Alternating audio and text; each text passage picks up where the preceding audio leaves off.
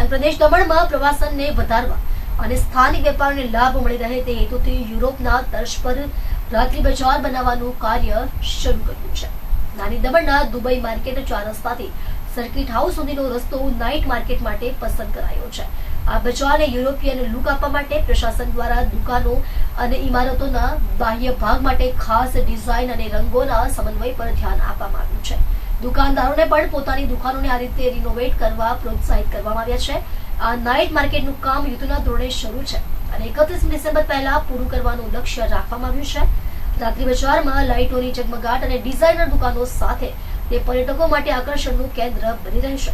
પર્યટકો માટે રામ સેતુ અને નમોપથ બીચની મુલાકાત પછી આ નાઇટ માર્કેટ એક અનોખો અનુભવ આપશે.